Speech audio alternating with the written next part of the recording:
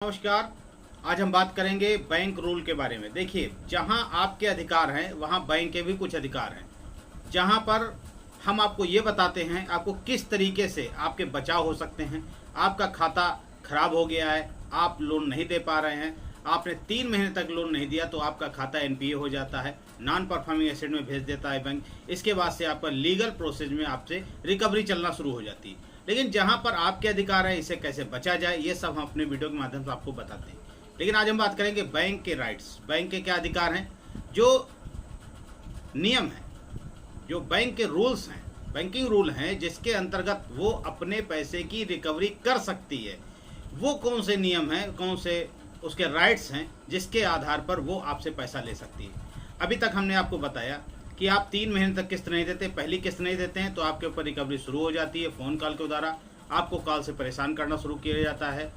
दूसरी किस्त नहीं देते हैं, रिकवरी एजेंट आपके घर आना शुरू हो जाते हैं। तीसरी किस्त नहीं देते हैं तो ये सब तो प्रक्रिया चलती रहती है, लेकिन आपके खाते को एनपीए में डाल दिया जाता है। एनपीए में डालने के बाद में फिर रिकवरी प्रोसेस लीगल में आ जाता है। लीगल में आपके घर पे आने लगेंगे, रिकवरी एजेंट आने लगेंगे, बदतमीजी करने लगेंगे। इतनी बदतमीजी करेंगे कि आप त्रसित हो जाएंगे। इसके बचाव के रास्ते हमने पहले से आपको बता रखे हैं कि क्या ऐसे रूल्स हैं जिसके कारण अगर रिकवरी एजेंट आपके घर आ भी जाता है तो बैरंग वापस चला जाएगा। केवल आपको उससे उसका आई कार्ड मांगना है कि आप किस बैंक से आए हैं।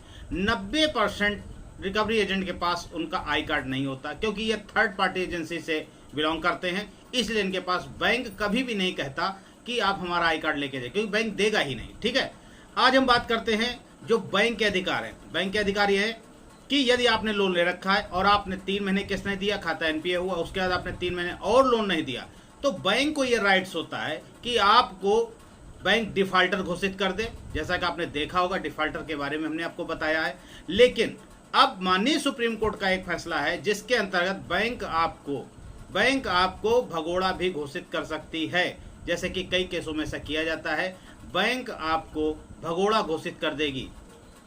आपको मैं बता दूं, ये माननीय सुप्रीम कोर्ट का आदेश है। जो कोई एसबीआई का एक केस था, भारतीय स्टेट बैंक अपना केस लेकर के सुप्रीम कोर्ट गई थी। सुप्रीम कोर्ट ने इस पर रोक लगा दी थी, कहा नहीं आप ऐसा नहीं कर सकते। लेकिन फिर सुप्रीम कोर्ट की तरफ से एसबीआई को फिर से बुलाया गया और फिर से इस बात पर सुनवाई की गई और यहाँ पर यह डिसीजन दे दिया गया कि बैंक अगर चाहे, यदि बैंक चाहे तो आपको भगोड़ा घोषित कर सकती है, यानी आपको फ्रॉड घोषित कर सकती है। यदि अगर बैंक ने एक बार आपको फ्रॉड घोषित कर दिया तो आपके ऊपर क्रिमिनल केसेस शुरू हो जाते हैं, क्रिमिनल केस बन सकता है, जो कि धारा 420 और 406 के अंतर्गत होता है। इसके साथ साथ आईपीसी की धारा है।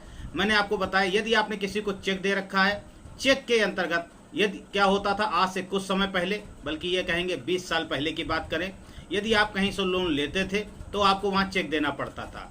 चेक उतनी देनी पड़ती थी जितनी आपकी किस्तें हुआ करती थी। आज हम इसको ईएमआई बोलते हैं। यदि आपने 3 साल के लिए कोई गाड़ी फाइनेंस कराया, बाइक फाइनेंस कराया या बड़ी गाड़ी फाइनेंस कराया, तो 3 साल से ज़्यादा का लोन नहीं होता था इन प्रोडक्ट पे। ठीक है, या पर्सनल भी लेते थे तब भी आपको, अगर आपने 1 साल का, 2 साल का, 3 साल का लोन होता है तो आपको 36 चेकें देनी पड़ती थी। 36 चेक सेम बैंक की ही देनी पड़ती थी, ये भी आपको मालूम है। लेकिन इसके बाद धीरे धीरे संशोधन आया और 36 की जगह पर आपको 6 चेकें देने का प्रावधान बन गया। इसको ईसीएस हो गया। ईसीएस के बाद में फिर आपके 3 चेकों पर आ गए, 3 चेक के बाद फिर 1 चेक पर आ गए और अब मंडेट होने लगा या नेच होने लगा है। अब आपसे चेक नहीं लिया जाता, केवल आपसे खाते की फोटोकॉपी ली जाती है और आपसे नेच पे साइन करा लिया जाता है। हालांकि आपने देखा होगा, जब नेच पे साइन करते हैं तो वहां भी, या मंडेट पे साइन करते तो भी आपको 4 जगह साइन करना पड़ता है, यानी चेक के रूप में बना हुआ होता है और 4 जगह साइन करना पड़ता है। बैंक से अपने आप ही आपका खाता से पैसा जो है कट जाता है, ईएमआई कट जाती है।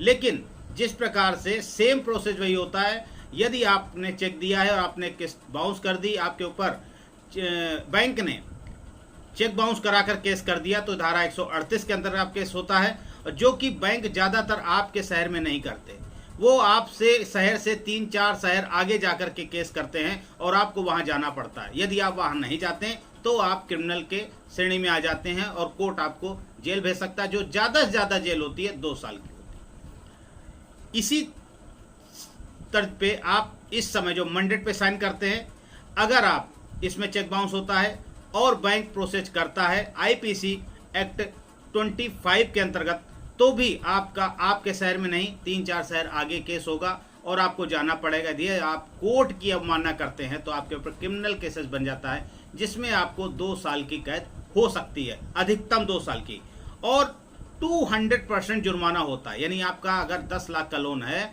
और आप नहीं दिए हैं तो 20 लाख रुपए आपको वहां जमा करना पड़ता है। ज़्यादा से ज़्यादा 2 साल की कैद होती है। लेकिन यदि आपने 6 महीने तक किस्त नहीं दिया, बैंक ने आपसे वसूली करना चाहा, नहीं हुआ, और बैंक ने अपने राइट्स का प्रयोग कर दिया और आपके ऊपर आपको भगोड़ा घोषित कर दिया या आपको फ्रॉड घोषित कर दिया, तो यहाँ पर आपको 7 साल की कैद होगी और 200% जुर्माना भी होगा। ये जो एक्ट है हमने आपको दिखाया है, आईपीसी की धारा 406 और 420 के अंतर्गत होता है। यदि ऐसा आपके पास कोई केस है, ऐसी आपकी कोई स्थिति है, तो आप कमेंट्स में जरूर बताएं, उसके हम निवारण के बारे में आपको बताएं। हालांकि मैंने पहले बता दिया है किस तरीके से आप अपने लोन का सेटलमेंट करा सकते हैं।